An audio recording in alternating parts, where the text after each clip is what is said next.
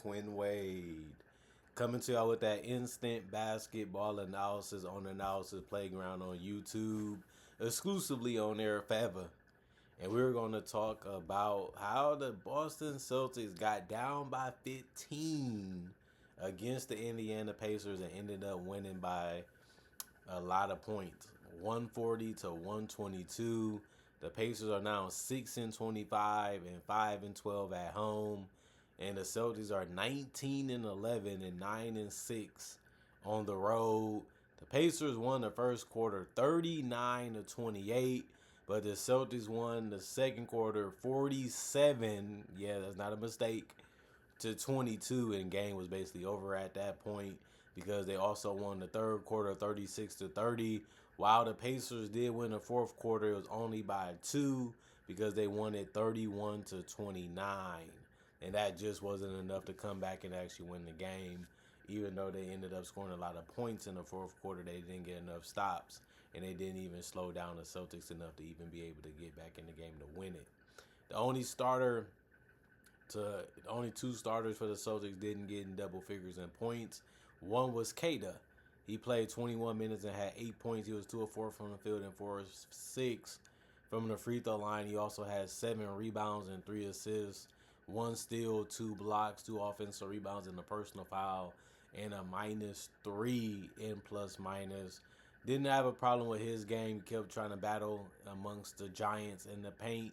Worked out for him a little bit in this one. He also was able to get rid of the ball early, protect the rim a little bit, in the paint a little bit, and then, of course, make his free throws, which was good to see tonight. Derek White, he was 6 of 15 from the field in 33 minutes and had 21 points. He went 3 of 7 from the three-point line and 6 of 7 from the free throw line.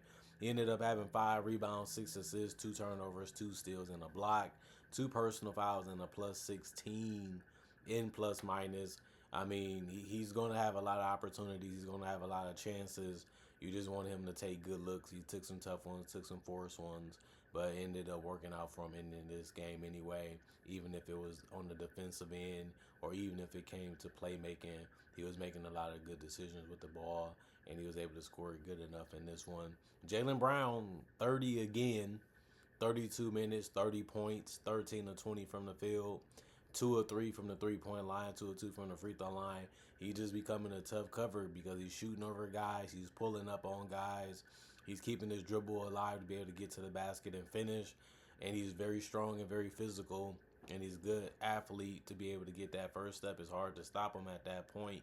And he's fearless when he's going to the paint. But he also had 3 rebounds, 4 assists, 4 turnovers. He did get also 4 steals.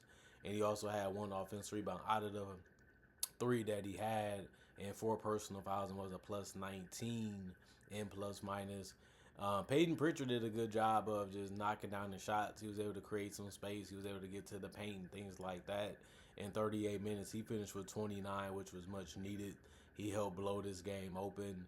10 of 17 from the field, 3 of 8 from 3, 6 of 8 from the free throw line, 9 rebounds, which was the most on the team tonight. He also had 5 assists, 3 turnovers, and a steal. 2 offensive rebounds, 3 personal fouls, and a +8 and plus minus. Jordan Walsh hit a splash 3, and he went 1-1 from 3. His other shot was a 2, and he missed it. So he finished with 3 points in 19 minutes. He had 2 rebounds and 3 assists, 4 personal fouls, and a -5 and plus minus for him. Didn't do much, didn't give much. He was the second player that didn't get in double figures in the starting lineup. But the big 3, Derek White, Jaylen Brown, and Pitcher, all contributed some big games tonight to help them be able to beat the starters from the Pacers. But they also got a really good performance from Sam Hauser in 17 minutes off the bench. He ended up going for 23 points. He really made it worse for the Pacers to get back in this one and get a lead again, because he went 7 of 8 from the field, which really was just 7 of 8 from 3. But he also went 2 of 2 from the free throw line and had 4 boards, 1 turnover, 3 offensive rebounds, no personal fouls, and was a +17 and plus minus. Not only that, everybody off the bench got a rebounder more. He was the only guy off the bench not to get an assist. Everybody else did also. And Luka Garza was just walking in that paint and just finishing easily. 27 minutes for him, 15 points, 5 of 5 from the field, 1 of 1 from 3. He also did that too. But he also went 4 of 6 from the free throw line, had 4 boards, 2 assists, which was the most off the bench. No turnovers on top of that, 2 offensive rebounds and 4 personal fouls. It was a plus 26 and plus minus. And then Anthony Simons, 21 minutes, 8 points, 2 of 7 from the field, 2 of 6 from 3, 2 of 3 from the free throw line, 3 rebounds, 1 assist, 2 turnovers, 3 personal fouls, and a plus 7 and plus minus. I like what he was doing in this game, just finding ways to break down the defense and put him at his mercy. And then Baylor Shireman made a 3, missed 3 other ones. He went 1 of 4 from the field, 1 of 4 from 3, because that was his only shot attempts. But he did had the most rebounds off the bench with 5. He also had 1 assist with no turnovers, 2 offensive rebounds out of the 5, and 1 personal foul was a plus 18 in plus minus. And then Hugo Gonzalez, 12 minutes for him. No points because he missed his only shot, which was a 3. But he still ended up helping with 1 rebound and the assist with no turnovers and no personal fouls, which is good. And then he just finished as a minus 13 and plus minus. The rest of the guys did not play coach's decision, although they played well and they was really tough, especially in that second quarter. And after that, the Pacers tried to find a way to get in the game and stay ahead, and it just didn't work out for them. Just didn't have enough scoring. Just couldn't slow down the Celtics defensively enough either. But Pascal Siakam was held under 20. He played 28 minutes and only had 11. If he doesn't have it going, you know you have a low chance of winning that game because they really need him to be really good every single game. But he was 4 of 13 from the field, 0 of 3 from 3, 3 of 6 from the free throw line. He had 6 rebounds, all of them off the bench, all in the starting lineup, ended up getting a rebound or more, in an assist or more in this game, which is good to see. He also had 2 turnovers, 2 steals, 4 offensive rebounds out of the 5, which is basically all of them, and 3 personal fouls, and was a minus 11 and plus minus. The Celtics just found a way to make it hard and make it difficult. And on top of that, he just couldn't make the shots tonight anyway, and that ended up helping the Celtics because Jay Huff, he only had 9 points in 21 minutes, but he went 3 of 8 from the field, which isn't that bad. The problem was he went 1 of 6 from 3. They needed a couple of things to go down. Obviously, 2 of 2 from the free throw line, 4 rebounds, 2 assists, 1 turnover, 2 blocks, and 3 personal fouls for him. He was a minus 3 and plus minus. He's being a decent block shot guy in this league. You have to love that if you're a Pacers fan, obviously. Andrew Nembhard, 30 minutes, 18 points, 7 to 13 from the field, 4 7 from 3. He ended up having 4 rebounds, 8 assists. That was the most on the team in this game, but it did come with 5 turnovers. He also had 2 steals and 2 personal fouls and was a minus 17 and plus minus. And then Quentin Jackson, 16 minutes, 6 points, 2 of 5 from the field, 0 of 1 from 3, 2 of 2 from the free throw line. He ended up getting 3 rebounds, 1 assist, and 4 personal fouls, and a plus 3 and plus minus. Any type of scoring you can get from him, you're happy, especially because he didn't play a lot of minutes in this game, and he still found a way to help in a good way. And then Benedict Mathurin, he was taking some tough looks in this game. He did finish with 30 minutes and 13 points. He was 5 of 13 from the field, 1 of 5 from 3, 2 of 2 from the free throw line. But if I had to be honest with you, they needed more from him and they needed it efficiently. He couldn't really do that tonight for them. But he still had 4 rebounds, 4 assists, 1 turnover, 1 steal, 1 offensive rebound, 3 personal fouls, and a minus 13 and plus minus. Jarris Walker, 18 minutes, 12 points, 4 of 9 from the field. He also went 4 of 7 from 3 because he ended up taking 2 field goals. That wasn't a 3, but he still shot the ball well from 3 and decent enough from the field.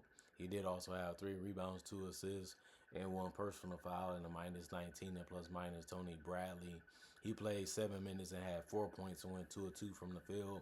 He also had 2 rebounds, 1 turnover, 2 offensive rebounds, 2 personal fouls, and a minus 6 and plus minus. Micah Potter played 18 minutes. He had 9 points and went 2 of 2 from the field also.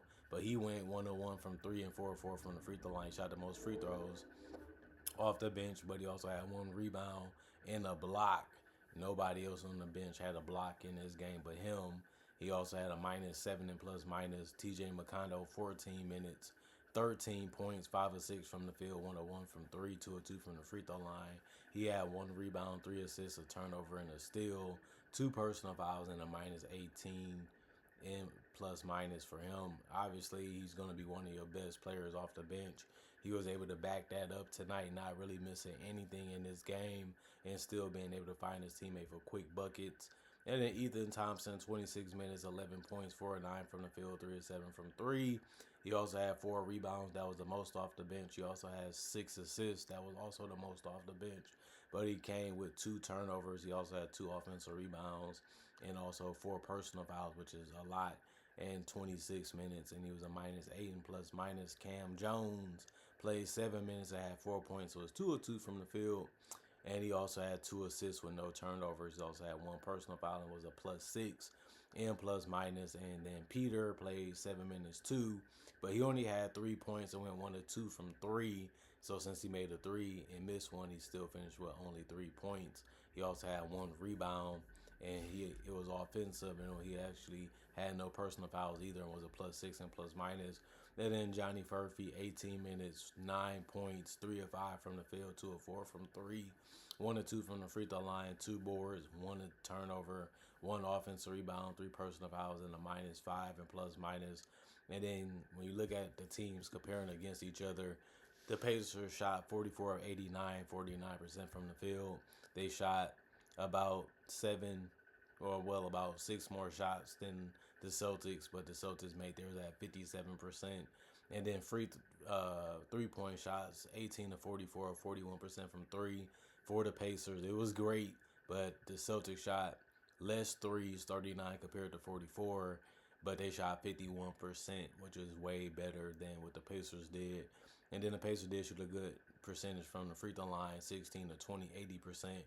The problem was the Celtics shot 14 more free throws. They made it at 76%. And then 35 rebounds for the Pacers, 43 for the Celtics. They got beat there. And then 29 assists. The Pacers won that one by 3 because the Celtics had 26.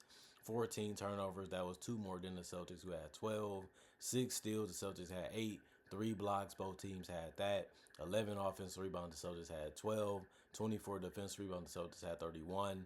And then 28 personal fouls. Like I said, the Celtics shot more free throws, and they only gave up 22 personal fouls in this one to the Pacers, and basically telling you that they got outplayed throughout the entire game, basically besides that first quarter, by the Boston Celtics. And once the Celtics got up, they never really looked behind in this one, and they really just put on a master class of how to score the basketball efficiently, fast, and quick sometimes. But if they didn't, they also was taking some bad looks, and even those was going down in this one for the Celtics. It was their day, it was their night, and it was nothing that the Pacers could do about it but lose it, pack their bags up, and go on to the next one.